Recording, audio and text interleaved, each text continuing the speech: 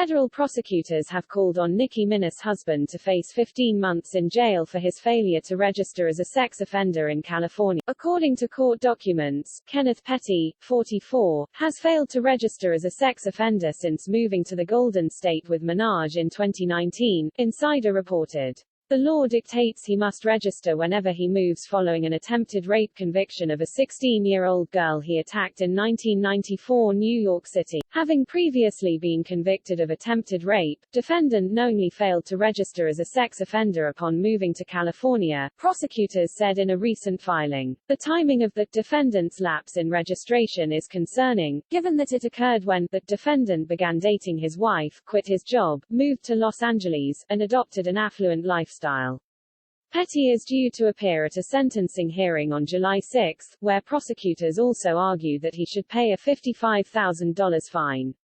Minaj has repeatedly insisted that Petty had been wrongfully convicted and claimed that the victim, Jennifer Huff, now 43, had planned to write a letter to a judge recanting her statements. Huff denied the claims and filed a lawsuit against the couple, saying they tried to pay her $500,000 to take back her 1995 testimony and allegedly threatened her and her family when she refused. The suit, which Minaj was dropped from in January, seeks unspecified damages, and alleges Petty carried out harassment, witness intimidation, and intentional infliction of emotional distress.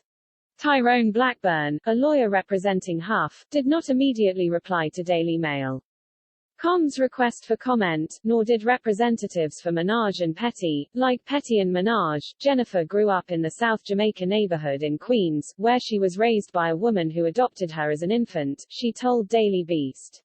She was 16 when the alleged assault occurred after Petty approached her while she was walking to school on September 16, 1994. Petty allegedly came up behind her, pressed an object into her back and told her to keep walking as he led her to his home, according to court records obtained by the Blast. Once they arrived, Petty forced her upstairs and began to rape her at knife point before she managed to escape after striking him with a bottle, the records state. Jennifer immediately reported the incident and went to a hospital for examination. When she returned home she said her adoptive mother told her, "Sorry you got raped, but you should have screamed." Petty denied Jennifer's allegations when he was arrested, telling investigators, "I didn't do anything."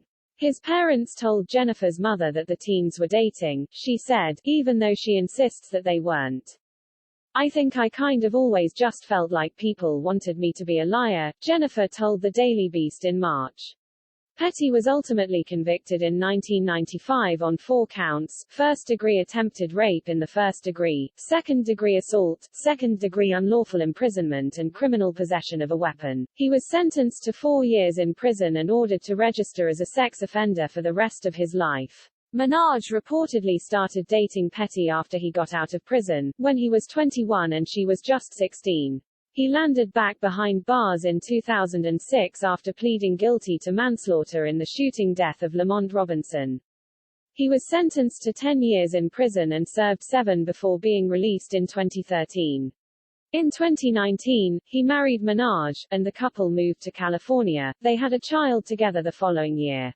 Federal prosecutors said Petty has constantly been informed about the need to register as a sex offender ever since he was released from prison in 1999. Defendant has been completing sex offender registration documents for nearly 20 years, prosecutors wrote in the recent filing.